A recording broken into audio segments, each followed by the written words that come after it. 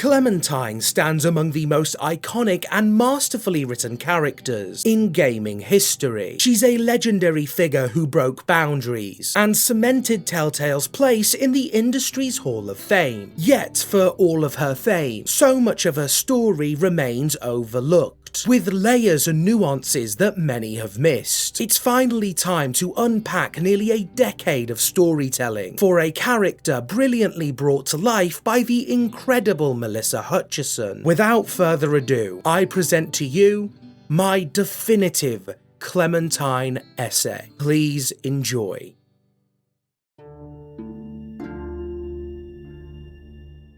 Abandoned, alone and terrified. That's the state Clementine is in when we first meet her. What many overlook is that Clementine enters the story already burdened by tragedy. At just 8 years old, she never got to say goodbye to her parents. She barricaded herself in a treehouse, watching helplessly as the world collapsed around her, a silent witness to the horrors of the undead. At the same time, Lee Everett, a convicted man on borrowed time, crosses her path as if by fate. Lee becomes Clementine's unlikely savior, a guardian whose presence alone spares her from certain doom. He may just be some guy, but without him, Clementine's story would never have been told. From the very beginning, their bond sets the stage for a moving tale of innocence and redemption, proving that even those condemned by society can still wash the blood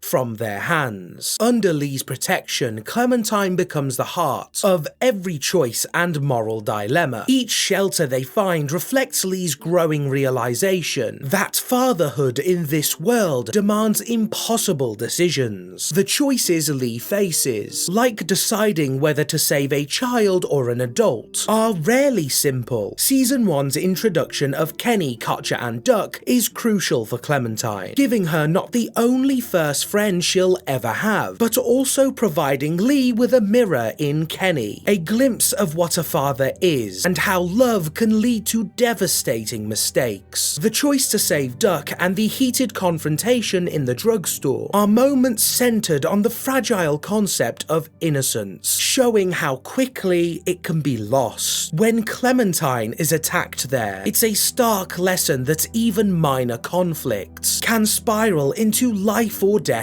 chaos. If you haven't noticed yet, Clementine's humanity and realism shine through in how deeply vulnerable she remains, even when the player feels safe. Your role as Lee becomes that of her protector and surrogate father, sharing your past in the hope she'll understand and survive. These intense moments in the first episode set the stage for Clementine's evolving role in episode 2, Starved for Help. As Clementine and the group grow weaker, every calculated risk becomes more dangerous. New characters like Ben test how empathetic you are and whether Clementine's input holds real weight for you. Situations emerge that reveal whether you value Clementine merely as someone to protect or as a child with emotional needs that can't be ignored. No villain, not even the stranger, challenges Lee's fatherly awareness as profoundly as the St. John's, a family of cannibals who lure the group to their farm under false pretenses. Sharp-eyed players spot unsettling signs in the St. John brothers and notice subtle hints of danger lurking beneath the surface. In moments of desperation, your choices risk scarring Clementine more deeply than she already is. The events at the farm are pivotal for Clementine. It's the first time seemingly kind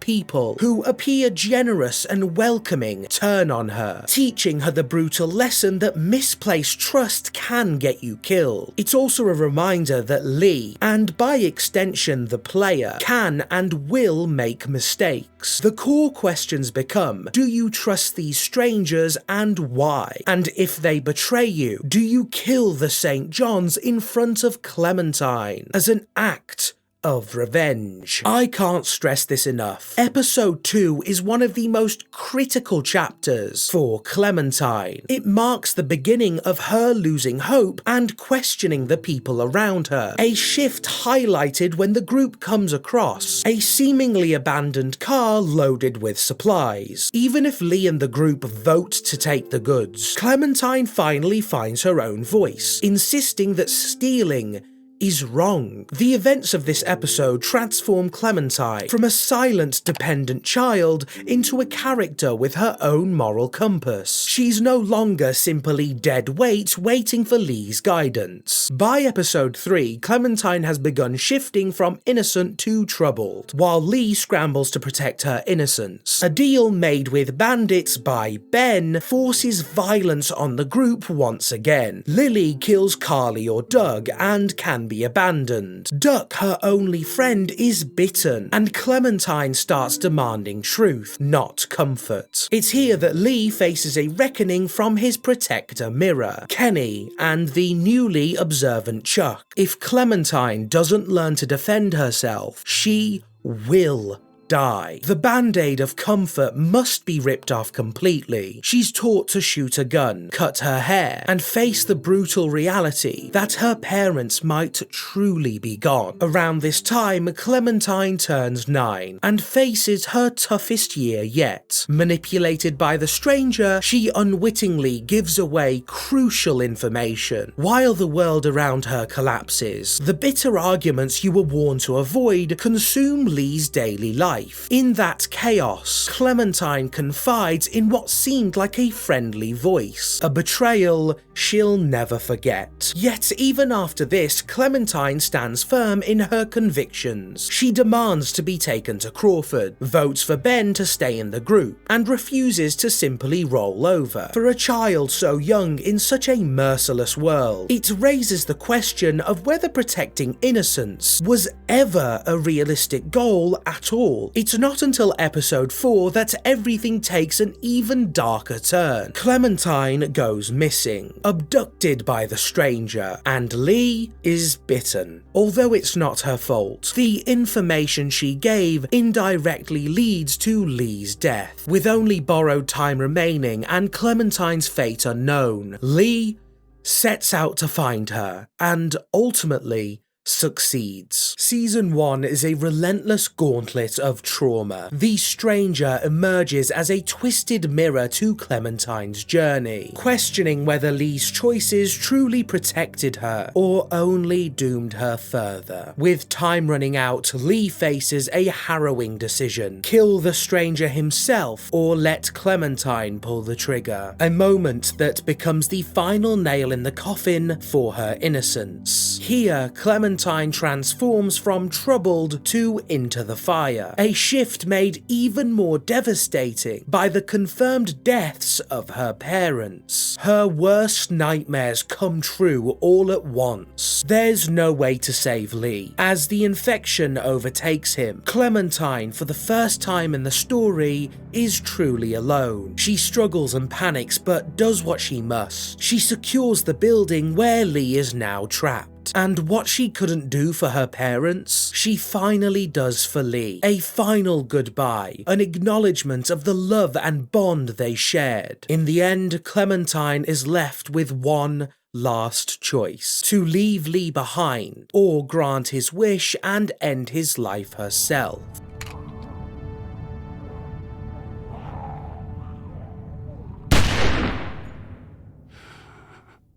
Season 1 is the story of not just a traumatized girl, but a repeatedly traumatized girl struggling to find her voice. It's a harsh lesson that even those who dedicate their lives to protecting her may not always be there or succeed. But Clementine is strong. She's learned so much throughout her journey: how to defend herself, be cautious about whom she trusts, and rely on her instinct. regrets. She's safe for now from repeating Duck's fate, yet she's still just a child who's had everything ripped away from her. It's heartbreaking and brutal. Season 1 is a masterpiece and always will be. But Clementine's story isn't over. She still has Omid and Krista to find. In the final shot, we see her mourning alone, only to glimpse two figures walking in the distance. A new beginning awaits her, even as her world crumbles around her. And so, Season 1 ends where it began, with Innocence shattered, but Clementine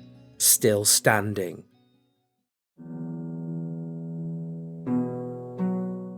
For the first time, Clementine becomes the protagonist, and the game pulls no punches. Her very first action is a clumsy mistake, failing to keep track of her belongings, leading to a brutal wake-up call. Omid is killed almost immediately, and Krista is left devastated. Time passes, and we see a more mature but also more depressed and withdrawn Clementine. No one has stepped in to fill Lee's role, and whether she realizes it or not, this is the season where she begins to learn that sometimes being alone is safer than relying on others. Krista, despite doing her best, ultimately ends up dead trying to protect Clementine. Bandits attack, forcing Clementine to flee once again. She finds herself completely alone, wandering through forests littered with death. In a desperate bid for companionship, she befriends a stray dog only to be viciously attacked, adding another trauma to her growing list and leaving her closer than ever to dying. By sheer luck, she's saved by a new group, the Cabin Group, consisting of Luke, Rebecca, Elvin, Nick, and Pete. But at its core, it's just a repeat of what came before. These archetypes mirror characters from Season 1, the screw-up, the father figure, the humanitarian, the hardened pregnant woman. But this time, they're even more inept. Early on, Clementine is locked in a shed because a doctor can't distinguish a dog bite from a walker bite. Refusing to wait for help, she takes matters into her own hands, stitching up her own wound in a painful, powerful show of independence, a strength built from everything Lee taught her. Despite being injured, she manages to kill a walker on her own, and through it all, Clementine insists on one truth: she's still not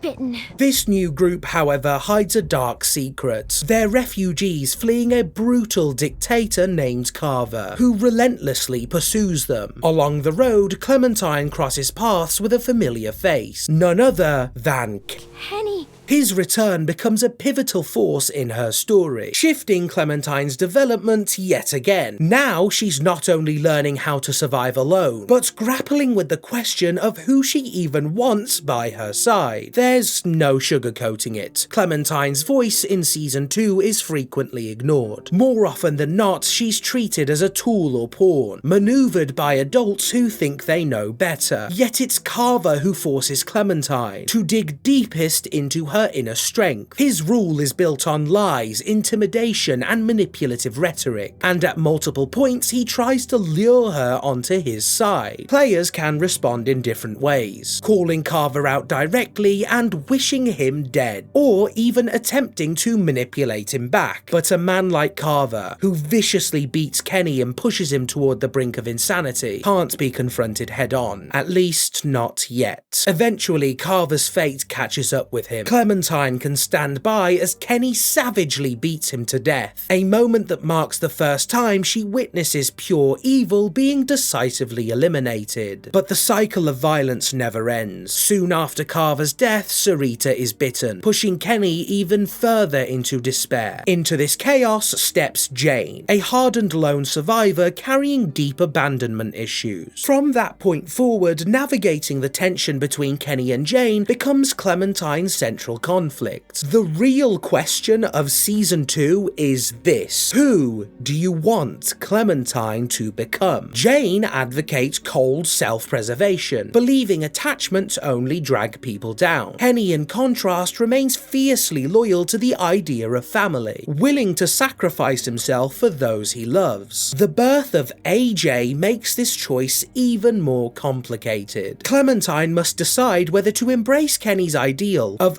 unyielding loyalty, or adopt Jane's pragmatism and keep survival her only priority. Season 2's ultimate question is, what beliefs should Clementine carry into adulthood, in a world where she's so often overlooked, exploited, and abandoned? Is it wiser to stay with those you know, or go it alone? This feud inevitably implodes. After being shot by Arvo, Clementine regains consciousness to find Kenny and Jane locked in a bitter, violent standoff. Jane has hidden AJ, provoking Kenny's violent rage and shattering his already fragile mental state. Clementine faces one final harrowing choice: shoot Kenny to save Jane, or let Jane die for deceiving him and betraying the trust that defines family bonds. Whichever ending you choose reflects the person you want Clementine to become. If you choose Jane, your Clementine accepts that people can be burdens, but still believes there's strength and safety in even the smallest group. If you choose Kenny, your Clementine prioritizes loyalty above all, staying true to those who would protect her in return. This path also suggests that AJ holds deep significance for her, echoing the paternal role Kenny has tried to fill. If you choose to go alone, you're crafting a Clementine who has decided that everyone is a liability. After being used, overlooked, and betrayed by so many clueless adults, she chooses to face the world alone, even at such a young age. It's a brutally honest outcome that many players ultimately embrace. My personal favourite, as many know, is the Wellington ending. Kenny's arc as a protector and a mirror to Lee comes full circle, as he sacrifices himself, and Clementine is finally able to raise AJ in safety. It's a rare moment of peace that reassures them and us that good people do exist, even if they don't stay forever. The crucial fact often overlooked is that Clementine survives no matter what ending. These decisions don't determine whether she lives or dies, they determine who she's becoming. Unlike Season 1, where choices often felt like life or death gambles, Season 2 is less about changing the external world and more about defining Clementine's internal one. It's about what you're willing to tolerate, what you're prepared to risk, and what you truly believe as a person. Through these decisions, we're invited to shape Clementine's journey into adulthood in our own image. Unfortunately, Telltale themselves would go on to undermine much of this character building, which brings us to A New Frontier, a game with moments of brilliance but a season widely regarded as one of the weakest entries, and it clearly reveals how Telltale ultimately saw Clementine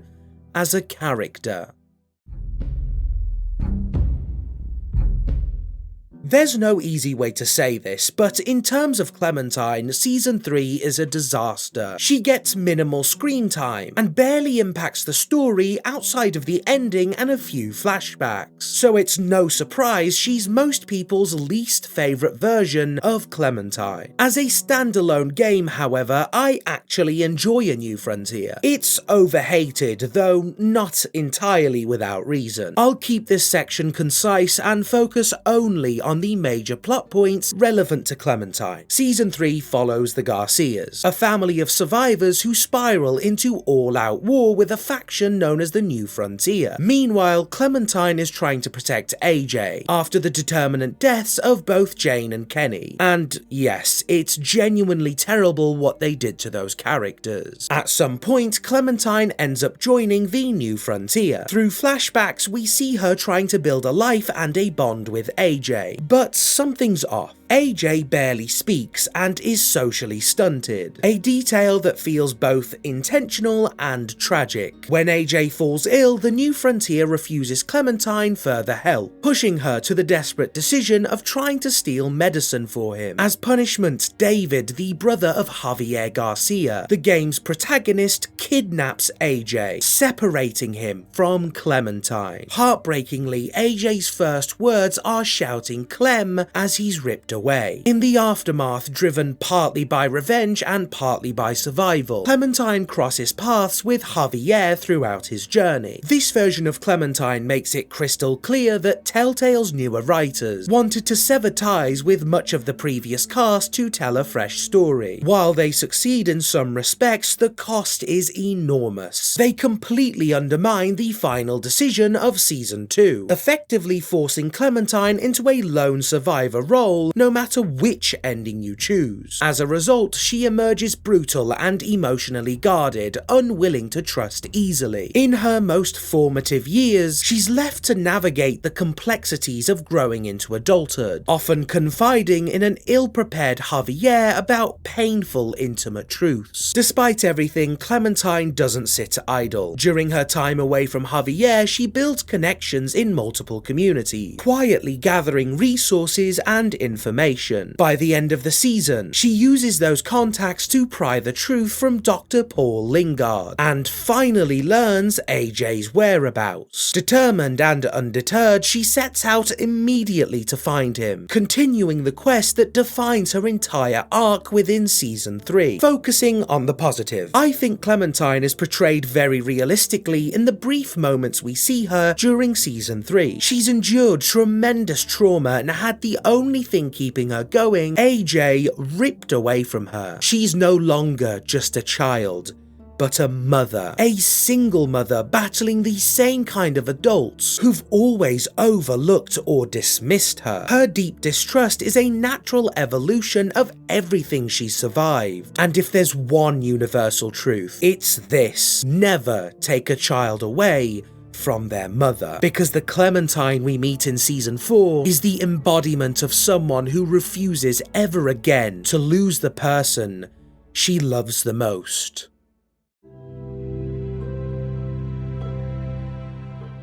Season 4 is arguably the best chapter in Clementine's journey, because now, with AJ back by her side, she's ready to step fully into the role of a mother and a protector. After years of being cared for by others, it's finally her turn to learn from the mistakes of the adults before her, and raise AJ into someone strong enough to survive. Right from the start, Clementine is responsible for teaching AJ the basics of survival: how to stay alert, listen carefully, scout new areas, and even where to aim if he has to shoot. But her toughest challenge begins when they're taken to Erickson's school for troubled youth after a violent car crash. There, Clementine must help AJ navigate basic social skills, because the difficulties hinted at in Season 3 haven't gone away. AJ remains traumatized and struggles with simple social cues. Yet Clementine is traumatized too, as is everyone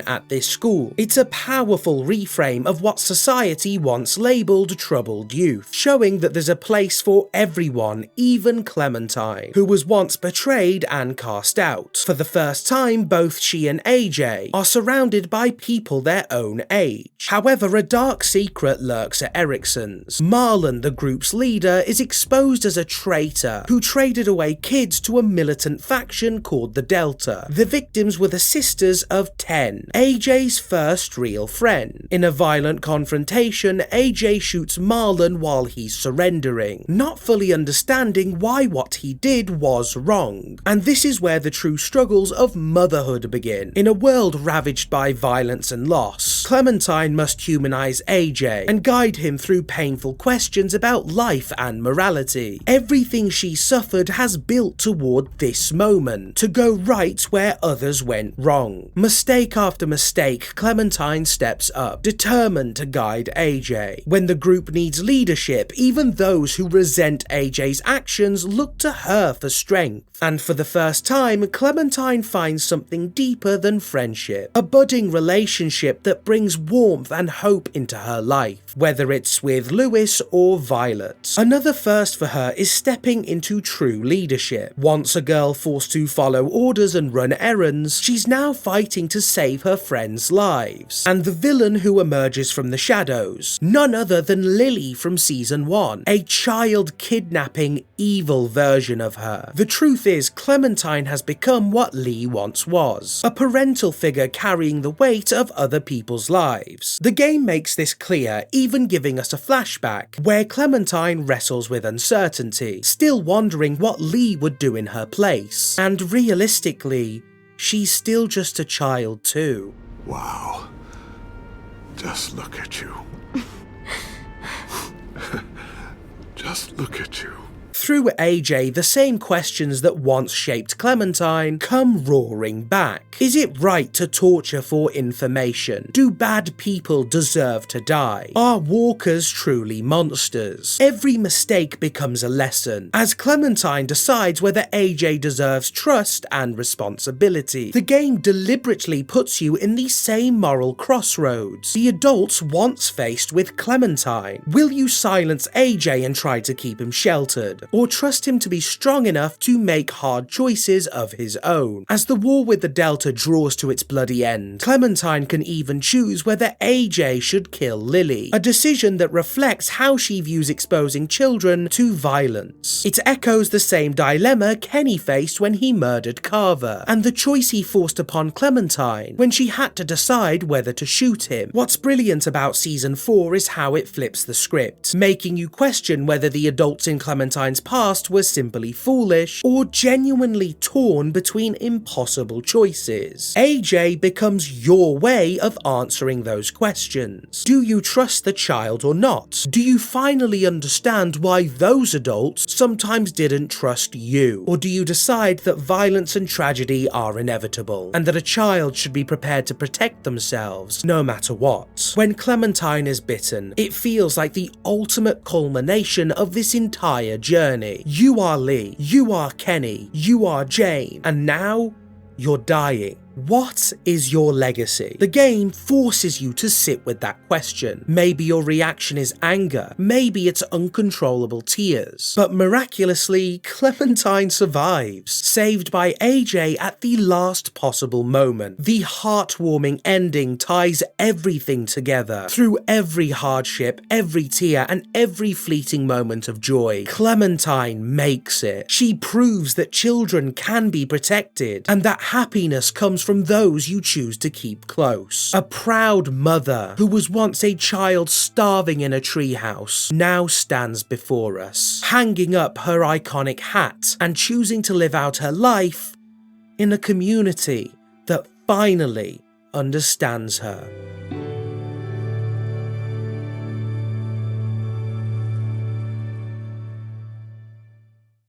I hope you guys enjoyed the video. This one took over 40 hours of work, so I truly hope it all came together in the end. This massive project wouldn't have been possible without the support of my amazing channel members: Gog, Wizard Elf, Eternal Canadian, Fresh Pokemon Hunter, Ross Moe, Bear, Beatbox Blade, Donnie, and Poop and Sock. I seriously appreciate every single one of you for watching. Thank you so much.